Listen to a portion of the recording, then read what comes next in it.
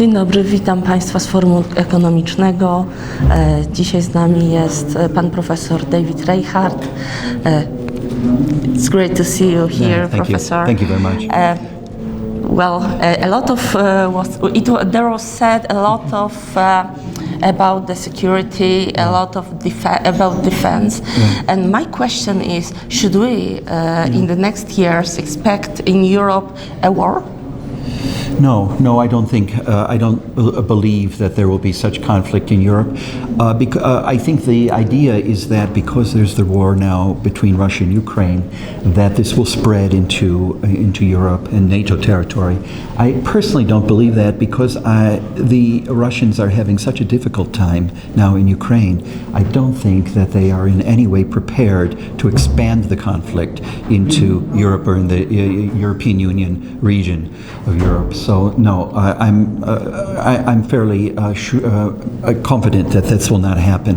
Yeah. And what about the common defense policy? I mean, European defense policy. Do you think this is a good idea to have a common defense? We saw what happened in the crisis last year's COVID, etc. European Union was paralyzed for the first few months in the war. The first few months of offensive can be decisive.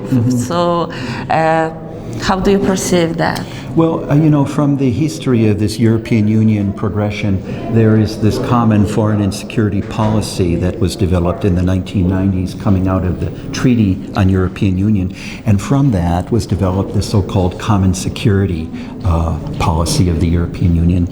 And the idea there originally was that the European Union would mobilize soldiers from the EU member states in so-called groups.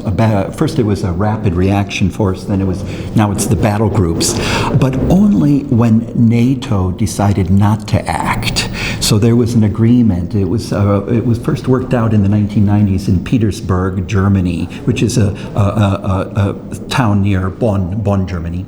The Petersburg idea was that the European Union, as a security organization, as a military organization, gathering soldiers from member states, would act in crisis situations which NATO declined to act in, which NATO said, no, that's for you. And so, therefore, that still more or less exists today.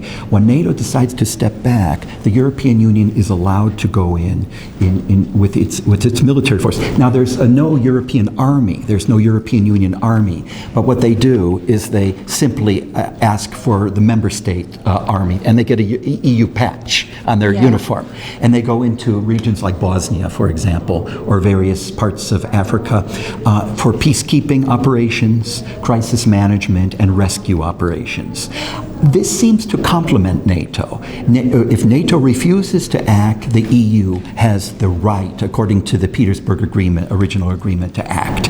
So my personal feeling is that the European common foreign security policy, and particularly the security part, will not develop more than that in the future. I don't see it. But we have Ventotene Manifesto, where there is this is the core of the contemporary treaty changes, and this situation about which you are talking about can rapidly change. Excuse me. Yeah, that's absolutely true. But my personal opinion is that will not receive the support of all of the member states, because the feeling among the EU member states is we're already paying for NATO. We're already paying our 2 or 3% of our budget, military budget for NATO. Why pay twice for security when we have NATO, especially in these difficult economic times? So in the near future, I really don't see any major changes in security. I think NATO will continue to be the default security organization for the European Union. But we have treaty changes in which EU want to diminish the role of NATO. Yes. So should I understand that the role of NATO will not be diminished? I personally don't believe it will. I believe that, there's a lot of talk about if Donald Trump becomes president of the United States, that the United States will diminish its support for NATO or even exit NATO. I personally don't believe that. I believe that what Trump has said in the past was more of a kind of a campaign bluster to push the Europeans into actually paying more for NATO, and according to the requirements of NATO membership. So yes, no, it's my personal opinion. I do not think that NATO will be replaced as this main security organization for Europe. Thank you very much, Professor. You're welcome. You're welcome very much. Dziękuję również Państwu.